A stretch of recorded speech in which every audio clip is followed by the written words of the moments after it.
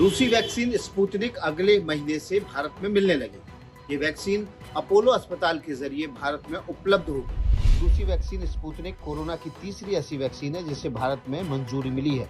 रूस में बनी इस वैक्सीन का उत्पादन भारत में हिमाचल प्रदेश के बद्दी के प्लांट में शुरू हो चुका है। अब जून के दूसरे हफ्ते से भारत में स्पुतनिक वैक्सीन मिलने लगेगी। अपोलो अस्पताल के जरिए स्पुतनिक वैक्सीन उपलब्ध होगी। अपोलो अस्पताल की एग्जीक्यूटिव वाइस चेयरमैन शोभना कामिनेनी ने इसकी जानकारी दी है।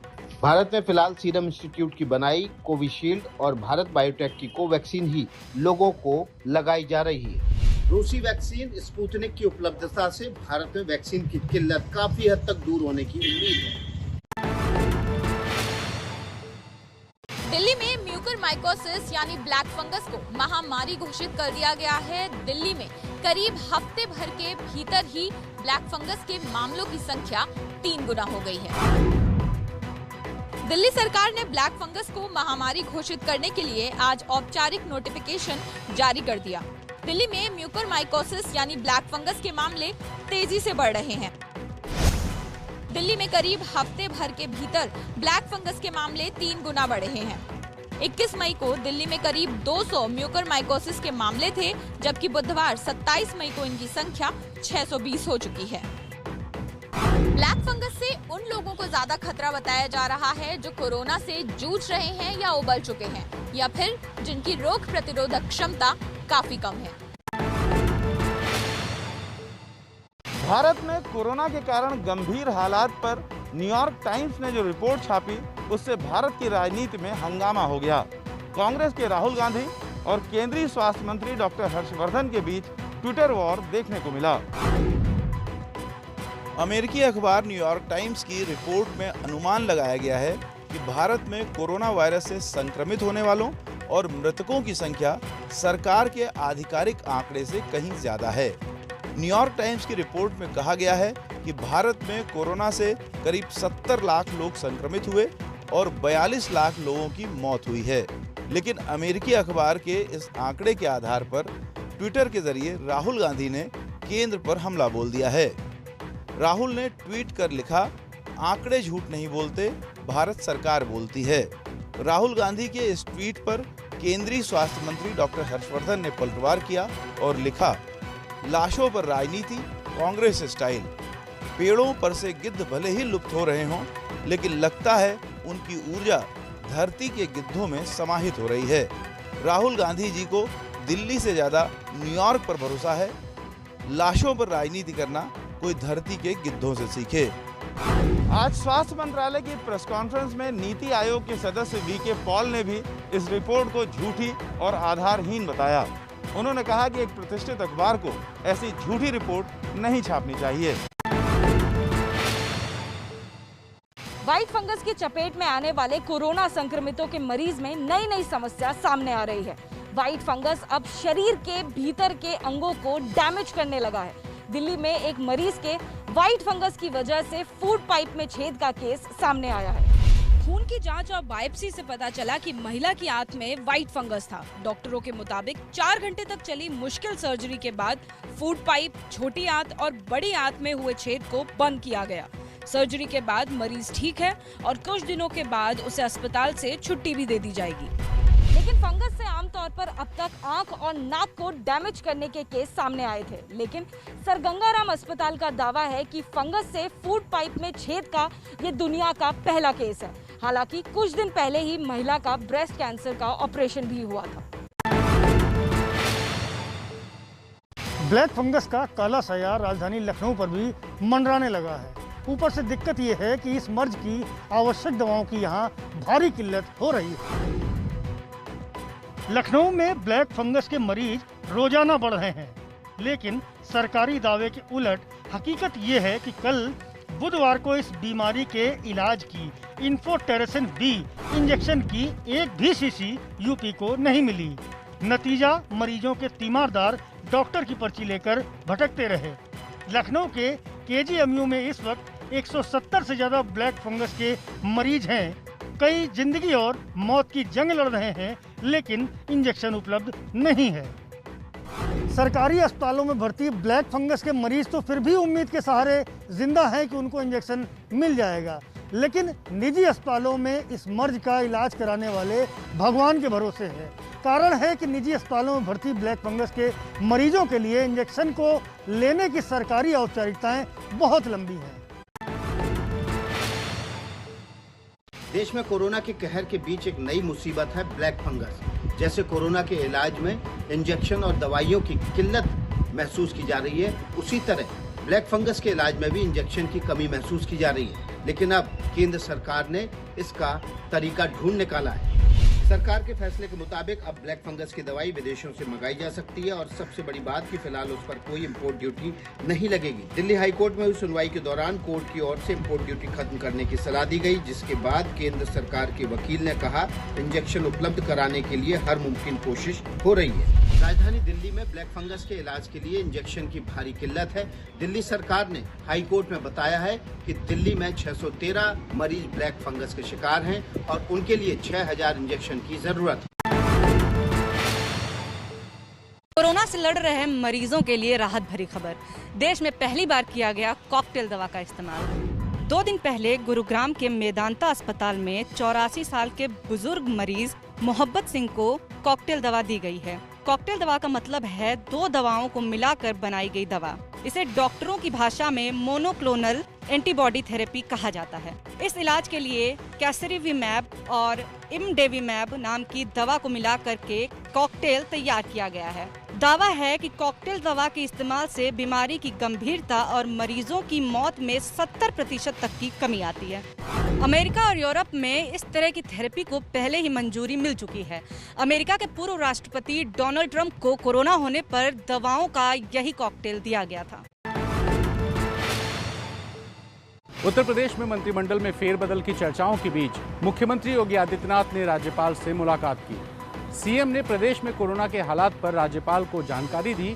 साथ ही सीएम की तरफ से राज्यपाल को एक किताब भी भेंट की गई। आज शाम को राजभवन जाकर सीएम योगी आदित्यनाथ ने राज्यपाल आनंदीबेन पटेल से मुलाकात की। बताया जा रहा है कि योगी ने कोरोना को लेकर सरकार की ओर से उठाए गए कदमों की जानकारी राज्यपाल को दी। योगी कई दिनों से राज्य के दौरे पर थे। सीएम ने राज्यपाल को श्री विष्णु और उनके अवतार नामक पुस्तक भेंट की। बीते कुछ दिनों से यूपी में मंत्रिमंडल में फेरबदल की खूब चर्चा है। कहा जा रहा है कि योगी मंत्रिमंडल में कुछ को शामिल किया जा सकता है तो कुछ मंत्रियों की छुट्टी हो सकती है। यूपी में अगले साल की शुरुआत में विधानसभा के चुनाव भी होने हैं। कल आई एक खबर के साथ देश में टीकाकरण को लेकर गंभीर सवाल खड़ा हो गया। सवाल इस बात को लेकर था कि अगर किसी व्यक्ति को कोरोना टीकों के 2 डोज की शक्ल में 2 अलग-अलग कंपनियों के वैक्सीन लगाए गए हैं तो इसका क्या असर होगा। आज केंद्रीय स्वास्थ्य मंत्रालय ने अपनी प्रेस कॉन्फ्रेंस में सवाल का जवाब दिया। हमारा प्रोटोकॉल बिल्कुल क्लियर है कि जिस वैक्सीन की पहली डोज दी जाती है उसकी ही सेकेंड डोज देनी है। लेकिन मैं ये भी कह सकता हूँ कि अगर दूसरे वैक्सीन की डोज भी लग जाए तो शायद कोई ऐसे सिग्निफिकेंट एडवर्स इफेक्ट शायद अनलाइकली है। हालांकि नीति आयोग के सदस्य वीके पॉल ने ये बात भी कही कि वैक्सीन लगाने में प्रोटोकॉल का पालन होना चाहिए और अगर कहीं गलती हुई है तो जांच भी होनी चाहिए।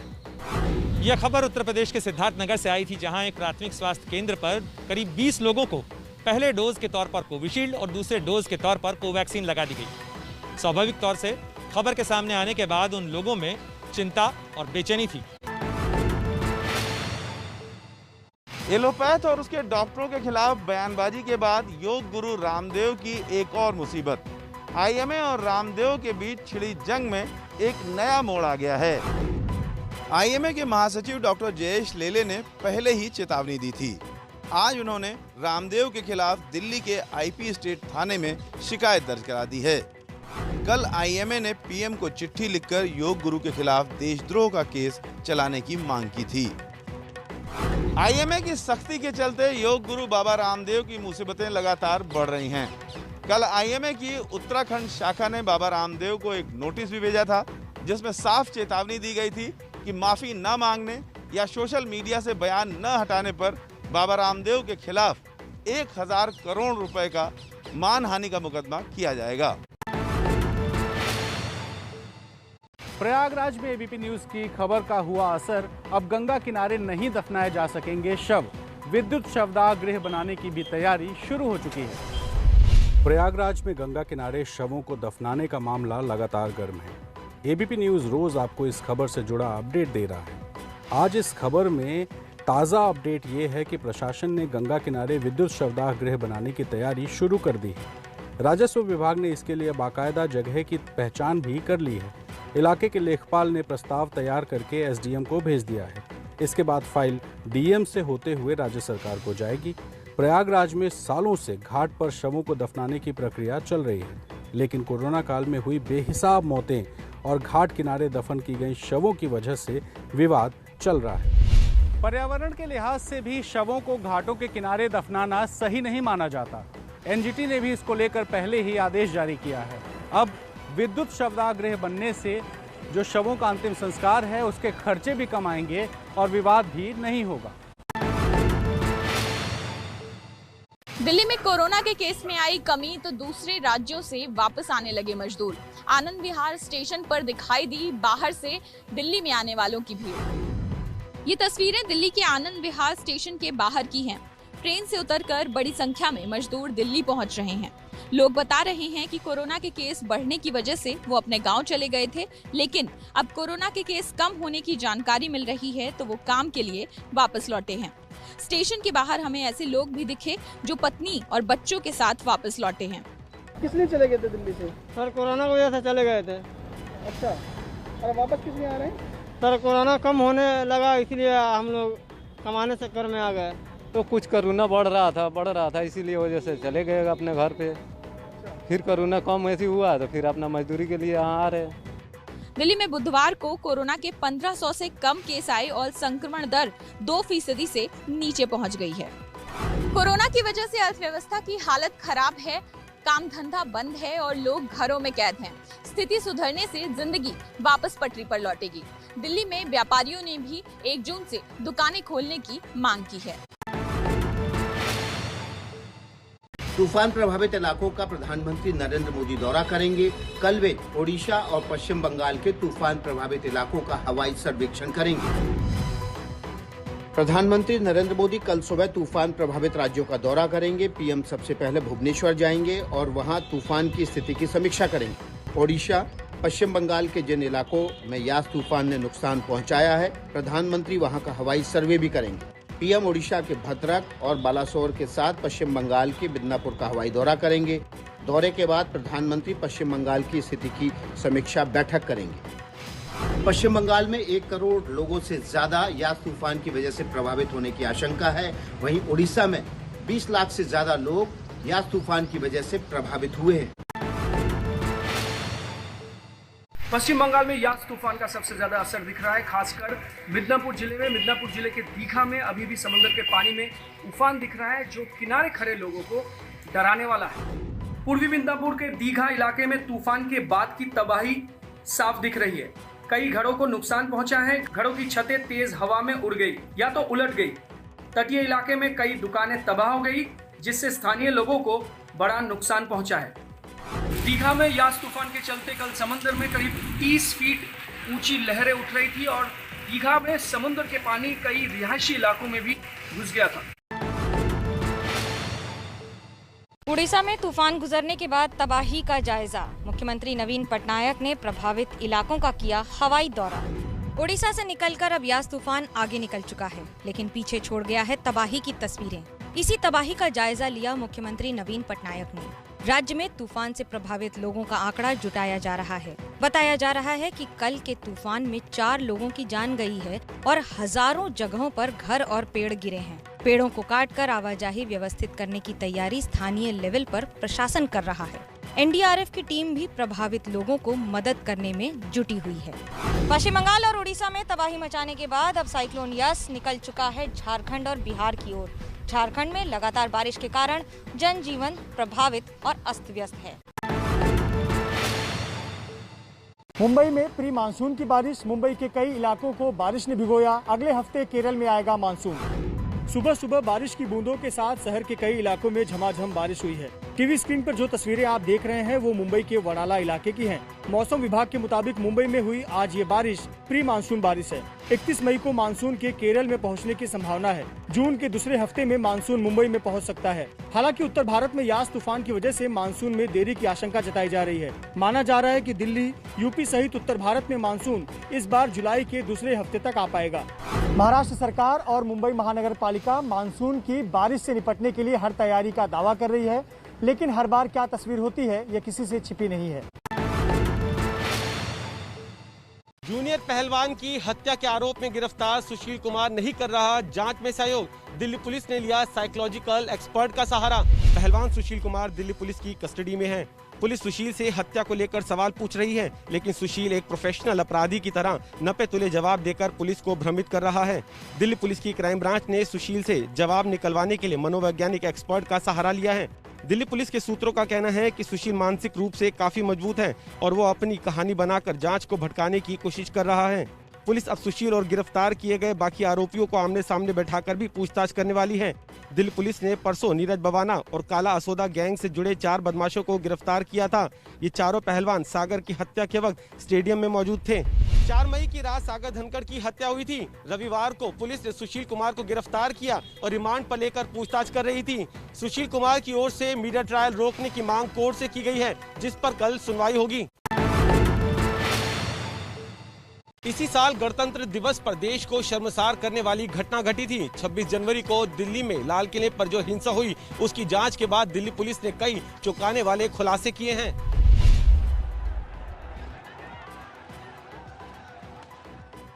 ये तस्वीरें हर देशवासी के जहन में ताजा होगी। अब इस लाल किले कांड का असली मकसद सामने आ चुका है। दिल्ली पुलिस की ओर से दायर चार्जशीट में खुलासा किया गया है कि उग्र हो चुके किसान लाल किले को आंदोलन का अड्डा बनाना चाहते थे।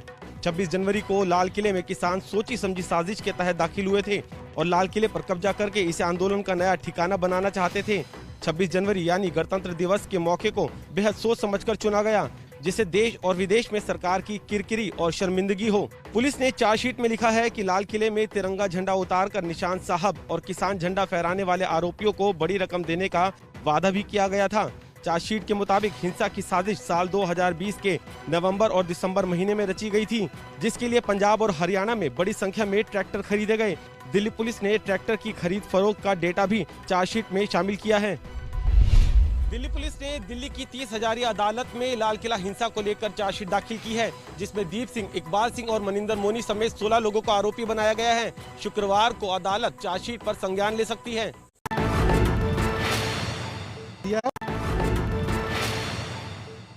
श्रीलंका के समंदर में जहाज पर लगी है भीषण आग। 7 दिन बाद भी इस आग पर काबू नहीं पाया जा सका है। भारत के साथ साथ अब यूरोप के देश भी इस आग को बुझाने में मदद के लिए आगे आए हैं। समंदर में धू-धू कर जलते जहाज की ये तस्वीरें श्रीलंका के पास की है। भारत के हजीरा बंदरगाह से श्रीलंका के लिए निकले सिंगापुर के इस जहाज में 20 मई को आग लग गई थी।